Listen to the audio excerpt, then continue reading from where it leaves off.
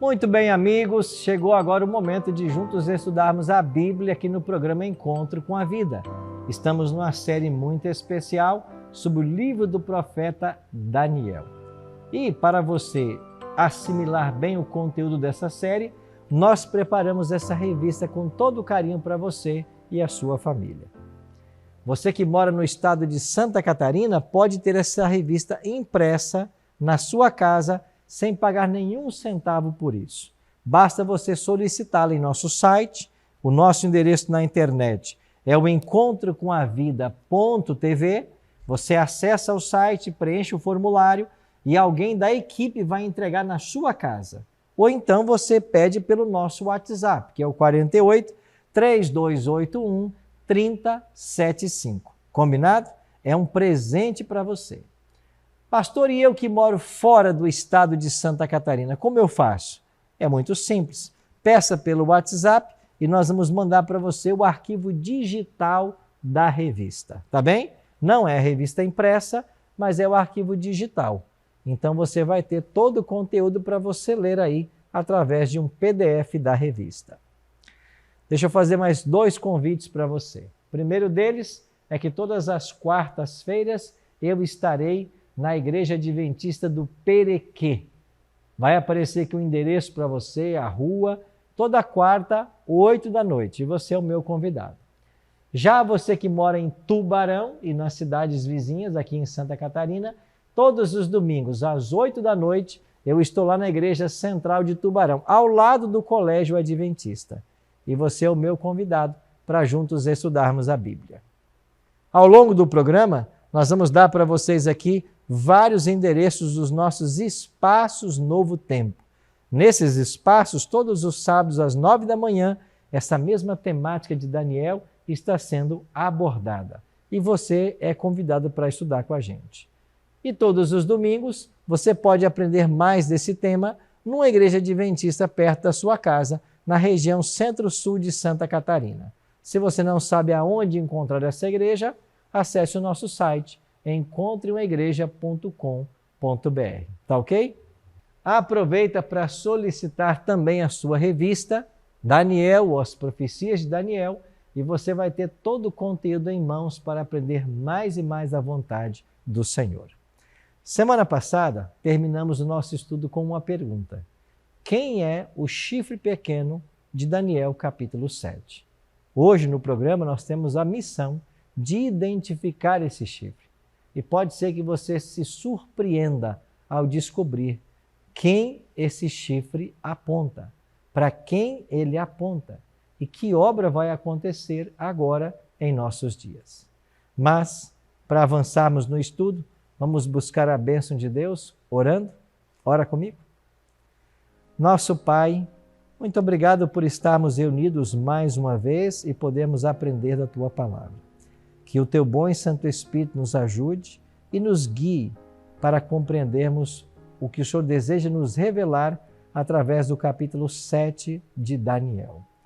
Pai de amor, nos colocamos em Tuas mãos mais uma vez. Que o Senhor nos ajude com o Teu Espírito. Oramos em nome de Cristo. Amém. Muito obrigado por ter orado comigo. Vamos fazer uma breve recapitulação daquilo que nós vimos semana passada? Semana passada, vimos no capítulo 7 de Daniel que ele teve uma visão de 4 animais. Um leão alado, um urso com 3 costelas na boca, um leopardo com 4 cabeças e 4 asas e um animal terrível e espantoso.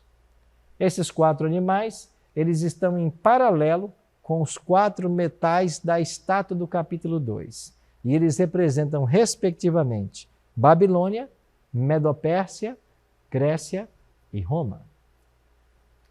A atenção de Daniel foi chamada para o 4º animal. Ele não encontrou um paralelo na zoologia, mas o informou ou o descreveu como um animal terrível e espantoso. Esse animal terrível e espantoso tem algumas características. E aqui, em Daniel, nós encontramos quais são elas. Ele era diferente de todos os animais que apareceram antes dele e tinha 10 chifres. Vimos aqui na semana passada que o próprio Isaac Newton em seu livro sobre Daniel e Apocalipse, fala que esses 10 chifres, eles estão relacionados a 10 tribos bárbaras, as tribos que invadiram a Itália e minaram a autoridade do Império Romano, provocando sua queda em 476. Depois, ele continua olhando e ele observa que entre os chifres, os 10, subiu um outro pequeno. A nossa tarefa hoje é identificar quem é esse 11º chifre, que sobe e arranca 3 pontas anteriormente. O livro de Daniel apresenta pelo menos 13 características a respeito do chifre pequeno. E olha, para aqueles que gostam de estudar a Bíblia, você vai concordar comigo que há poucos elementos na profecia com tantas descrições quanto esse chifre pequeno. 13 características. É claro que nós não temos tempo aqui de passar todas as 13 características, então nós vamos escolher 3 ou 4, mas com essas que nós escolhermos, com base na Bíblia, você vai perceber que já vai ficar muito claro a identidade desse chifre pequeno. A primeira coisa que eu queria dizer para você é que esse chifre pequeno de Daniel capítulo 7 está em paralelo com a besta que surge do mar do capítulo 13 de Apocalipse. Como podemos fazer essa afirmação? Basta fazermos uma comparação entre os 2 capítulos e você vai perceber que os elementos eles se repetem. Chamamos isso de intertextualidade, ou seja, aquilo que acontece em Daniel também acontece no livro do Apocalipse. Deixa eu dar um exemplo para você. Em Daniel, o chifre pequeno tem olhos como de homem. Em Apocalipse, ele tem número de homem. Em Daniel, o chifre pequeno tem uma boca que fala insolências. Em Apocalipse, a besta que sai do mar, ela tem uma boca que profere blasfêmias. Em Daniel 7, ele é entregue para ser queimado. Em Apocalipse 13, ele recebe um golpe de morte.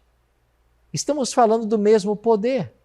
Em Daniel, esse poder fazia guerra aos santos. Em Apocalipse, ele também peleja contra os santos.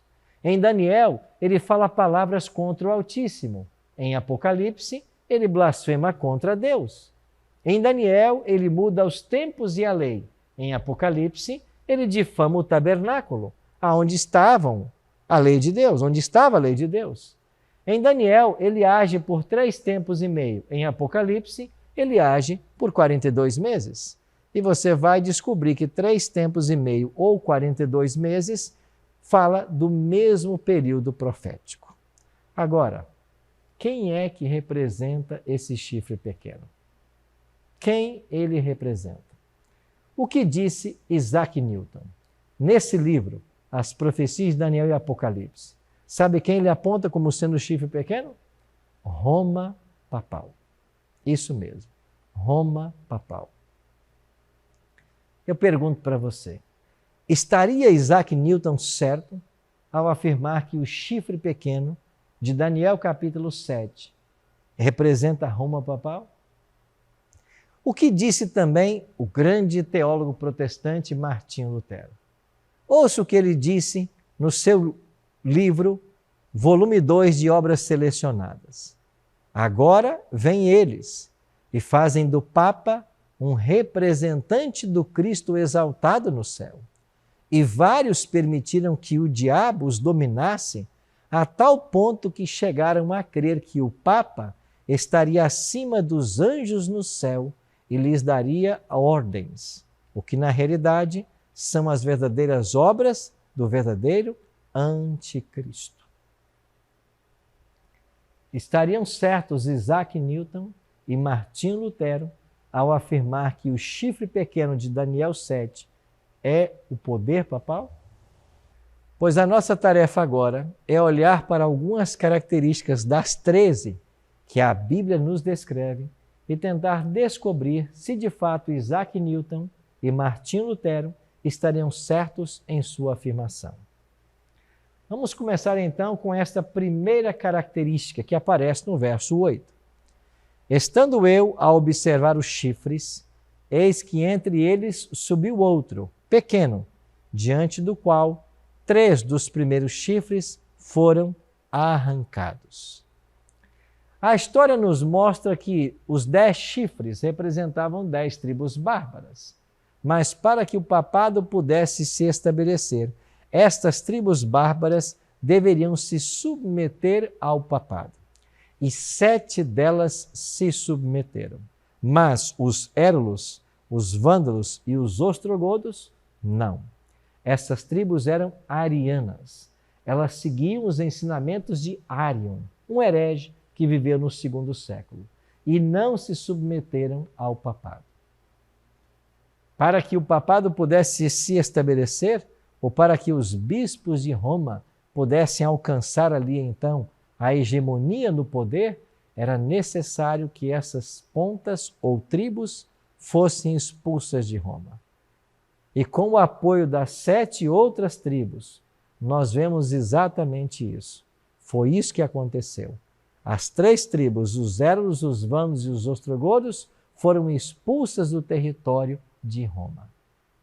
Quando olhamos então para a história, nós percebemos que o papado, para se estabelecer, precisava tirar do seu caminho essas 3 pontas, esses 3 chifres, e eles foram expulsos até o ano 538 de nossa história. Os ostrogodos foi a última tribo a ser expulsa de Roma, exatamente no ano 538. Então, de acordo com essa primeira característica, sim, Roma papal se enquadra na profecia. Vamos olhar uma segunda característica. Agora, olha o que diz o versículo 8.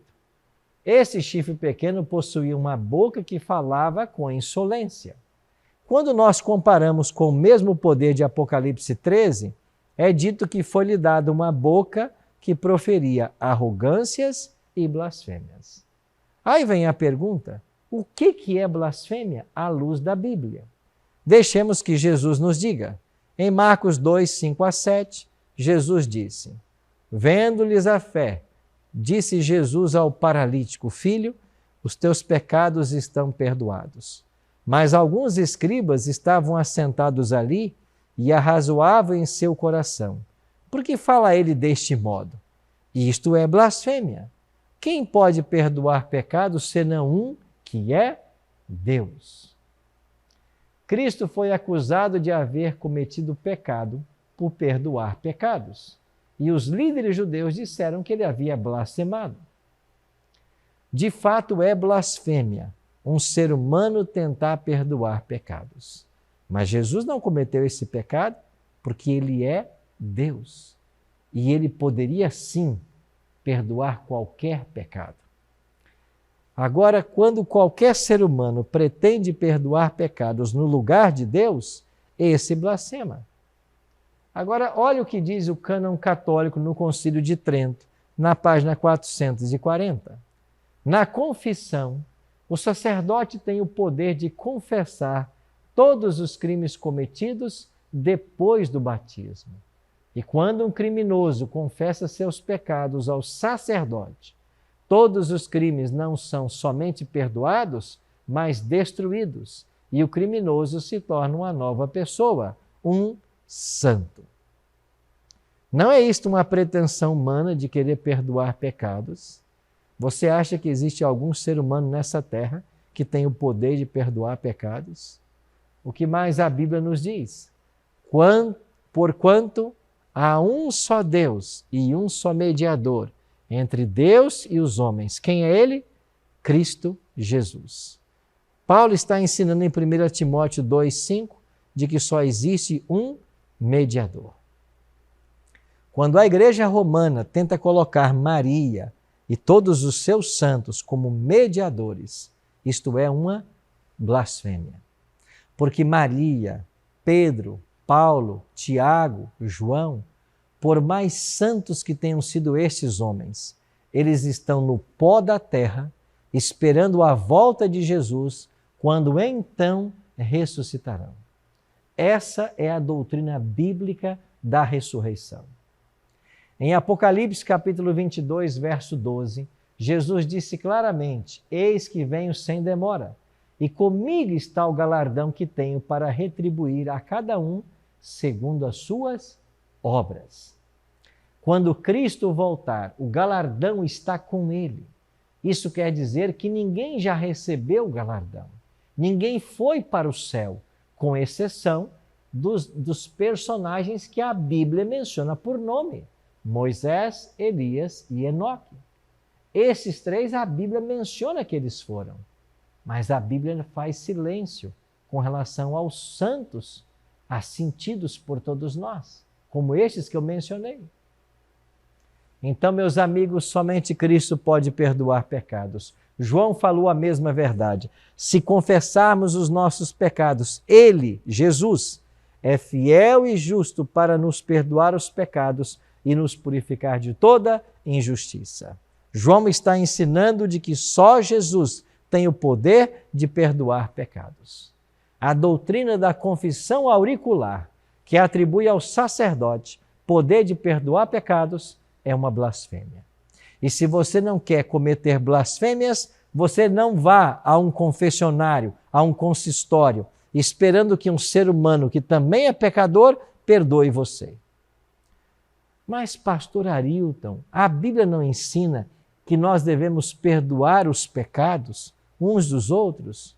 Ensina. Mas o que é isso? É quando você ofende o seu próximo, o seu irmão, ou quando ele te ofende. Aquele que foi ofendido deve perdoar. Então, o perdão possui uma dimensão horizontal, que tem a ver com o relacionamento humano entre nós. Mas esta dimensão vertical do perdão, somente Deus pode perdoar. Se você peca contra o ser humano, é claro que você vai pedir desculpas e perdão a ele, mas todo pecado é ofensivo a Deus e a Deus deve ser confessado. Você não confessa um erro que você cometeu contra Deus a um sacerdote, a um pastor, a um presbítero, a um ancião? Não. Você confessa a Deus, porque nenhum ser humano tem poder de perdoar pecados.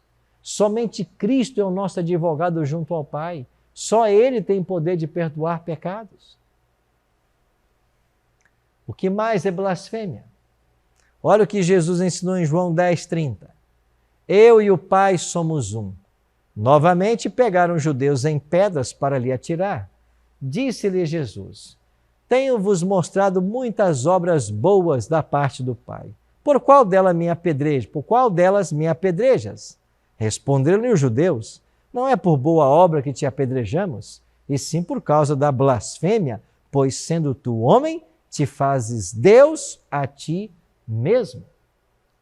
Cristo foi acusado de ter cometido blasfêmia por haver se declarado Deus. Ele blasfemou? Não. Por que não? Porque ele é Deus. Em João 10:30 ele declarou: eu e o Pai somos um. Agora, qualquer ser humano que pretenda ser Deus, com isso blasfema. Olhe um instante para os documentos da igreja. Olhe para o Papa Leão XIII, o que ele declarou. Nós, falando sobre os papas, temos sobre a terra o lugar do Deus Todo-Poderoso. De onde ele tirou isso? Ele se sente substituto de Deus? Dicionário Eclesiástico Católico, artigo Papa. O Papa é de tão grande dignidade e exaltado que ele é, não mero homem, mas como se fosse homem e substituto de Deus. O Papa é de tão grande autoridade e poder que ele pode modificar, explicar e interpretar as leis divinas. O que quer que seja que Deus ou o Redentor faça, o vigário pode fazer, sem nada contrariar a fé. O que quer que Deus faça e Cristo faça, o vigário pode fazer. O vigário é o representante, ele é o Deus aqui na terra, que deve ser adorado. Isso é uma blasfêmia. Então nós estamos vendo por essa segunda característica de que esse chifre pequeno seria um poder blasfemo. E isso se cumpre em Roma papal. Rui Barbosa, um dos maiores juristas que esse Brasil conheceu, soteropolitano, estava viajando pela Alemanha quando Rui Barbosa entrou em contato com esta obra chamada O Papa e o Concílio. O autor usou um pseudônimo, Janus, certamente por medo de repreensões. Mas esse autor desta obra reuniu documentos da Igreja Romana falando da pretensão do Papa em ser o próprio Deus e da pretensão da Igreja em legislar sobre o Estado. Rui Barbosa, como um tremendo jurista que era, ao ver todos aqueles detalhes e ao defender a separação entre Igreja e Estado, ele resolveu traduzir a obra do alemão para o português. Ele não só traduziu, mas ele também fez uma introdução à obra. Em português, a obra original ficou sendo o volume 2 e a introdução de Rui, o volume 1. E nesse documento, Rui Barbosa selecionou algumas declarações da Igreja, onde ela afirma que o Papa tem poder de modificar, interpretar, alterar as leis divinas. O volume 1 é a introdução de Rui Barbosa. O volume 2 é a obra original. E já na sua introdução, Rui Barbosa faz menção a documentos onde haviam grupos, movimentos que estavam dispostos a tudo para estabelecer a autoridade dos papas, mesmo levando pessoas à perseguição e morte. Terceira característica. Em Apocalipse capítulo 13, verso 5, é dito que foi dado uma boca que proferia arrogâncias e blasfêmias, e esse poder iria agir por 42 meses. Quando vamos para o livro de Daniel, no verso 25, nós encontramos de que os santos seriam entregues nas mãos por um tempo, 2 tempos e metade de um tempo. Quando vamos de novo para o Apocalipse, a mulher fugiria do dragão por 1260 dias. Todas essas 3 expressões que aparecem em Daniel e Apocalipse, elas significam a mesma coisa. Um tempo é igual ao humano.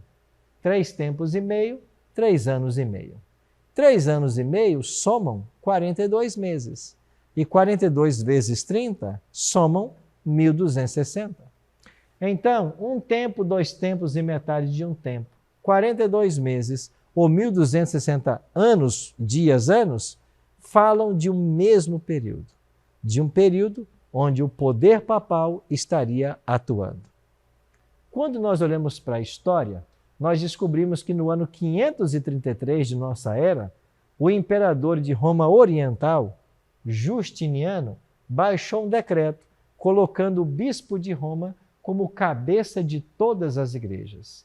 E em 538, a última tribo ariana foi expulsa de Roma, os ostrogodos.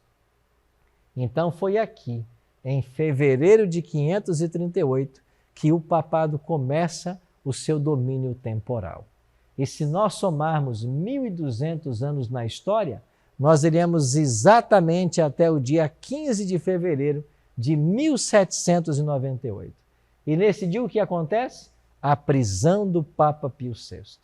Ou seja, quando Napoleão Bonaparte, líder francês, mandou prender o Papa Pio VI, e isso aconteceu na Capela Sistina, no dia de sua coroação, estava se cumprindo a profecia. Depois de 1260 anos de domínio papal, de perseguições aos cristãos, esse poder sofreu uma ferida mortal. Você não está percebendo de que as características de Daniel e Apocalipse, do chifre pequeno e da besta que sai do mar, se cumprem exatamente no poder papal? E durante esses 12 séculos, o que fez o poder papal? Ao olharmos para a história, nós veremos uma história sangrenta de perseguições, de prisões e de morte. Milhares de pessoas perderam suas vidas ao longo desse período. Eu visitei a cidade de Constança, na Alemanha, e lá existe, junto ao Lago de Constança, esse monumento, onde aparece ali uma prostituta, e ela fica girando sobre o Lago de Constança, ou as margens do lago constantemente, e ela tem em suas mãos, de um lado o imperador, Sigismundo, do outro lado o Papa da época. E quando eu visitava a cidade de Constança, haviam por ali duas mulheres alemãs, e um colega meu, professor, Dr. Alberto Tim, que fala alemão, perguntou para elas o que representava esta imagem, e elas falavam, elas disseram, essa é a história da nossa cidade. Isso fala das atrocidades que o papado cometeu aqui, do concílio que aconteceu em Constança de 1414 a 1418 e dos envolvimentos que aconteceram da igreja com toda a politicagem, prisão e morte. Sim, meus amigos, foi um poder perseguidor. E é por isso que o Papa Francisco, quando assumiu o pontificado, visitando uma igreja valdense em Turim, ele pede perdão por todas as atrocidades que foram feitas contra os valdenses. Atrocidades contra os albigenses, contra os huguenotes, como por exemplo no massacre de São Bartolomeu, na França.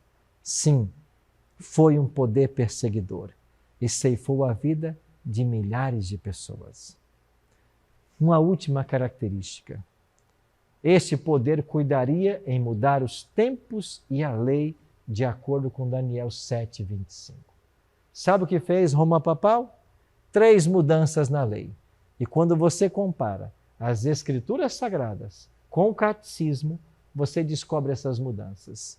Primeiro, excluíram da lei o 2º mandamento. Abre a sua Bíblia em Êxodo capítulo 20, verso 3 em diante. Qual é o 2º mandamento? O primeiro é: não terás outros deuses diante de mim. E o 2º, não farás para ti imagem de escultura. Pois foi tirado do catecismo esse mandamento.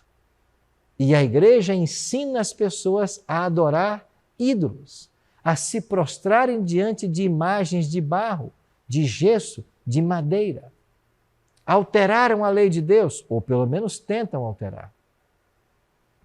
Segunda mudança. Trocaram o sábado pelo domingo. E a igreja romana assume que esta foi uma obra da própria igreja. E como eles tiraram o 2º mandamento, tiveram que dividir o 10º para voltar a ter 10 mandamentos. Este foi o ataque à lei de Deus que estava profetizado no livro de Daniel. Se você pesquisar na história, você vai descobrir uma tese doutoral defendida por Samuel Bacchiocchi na Pontifícia Universidade Gregoriana de Roma. E esse doutor Samuel Bacchiocchi defendeu a tese From Sabbath to Sunday, do sábado para o domingo. E o subtítulo da tese dele, uma investigação histórica do surgimento da observância do domingo no cristianismo primitivo. Ou seja, esse doutor, que era pastor adventista, defendeu na década de 70 uma tese aonde ele dizia que a mudança do sábado para o domingo foi operada pela Igreja Romana. E quando a sua tese foi aprovada e depois publicada com o imprimato do Vaticano, o Vaticano estava dizendo: o que esse doutor escreveu em sua tese, ou o que esse estudante escreveu, é verdade. E por isso lhe conferiram o título de doutor em teologia. Você percebe o que está acontecendo? A mudança do sábado para o domingo foi um processo lento, que começou já no tempo do Império. Constantino, no dia 7 de março de 321, foi o primeiro a falar sobre a adoração ao sol no dia do domingo.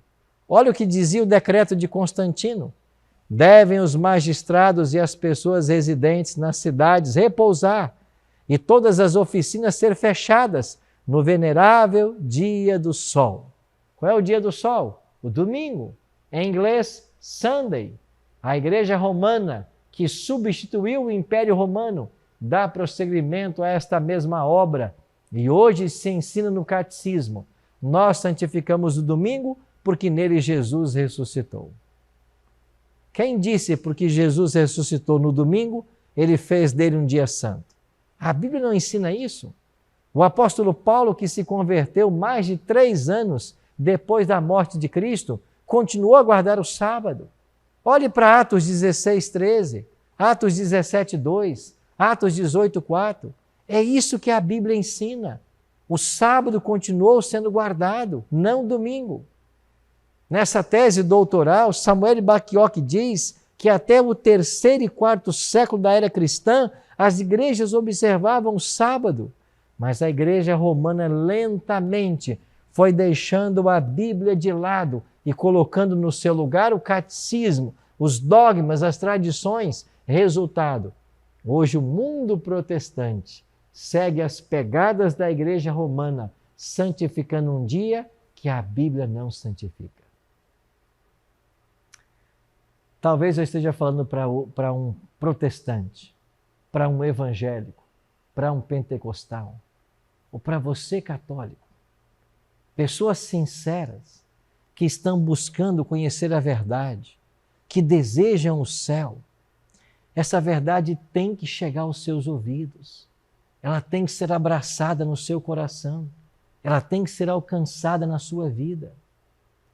Nós não estamos levantando esse assunto para falar mal de igrejas, para ferir sentimentos, mas é para seguir a ordem de Cristo, de que o Evangelho tem que ser pregado, a verdade tem que ser dita.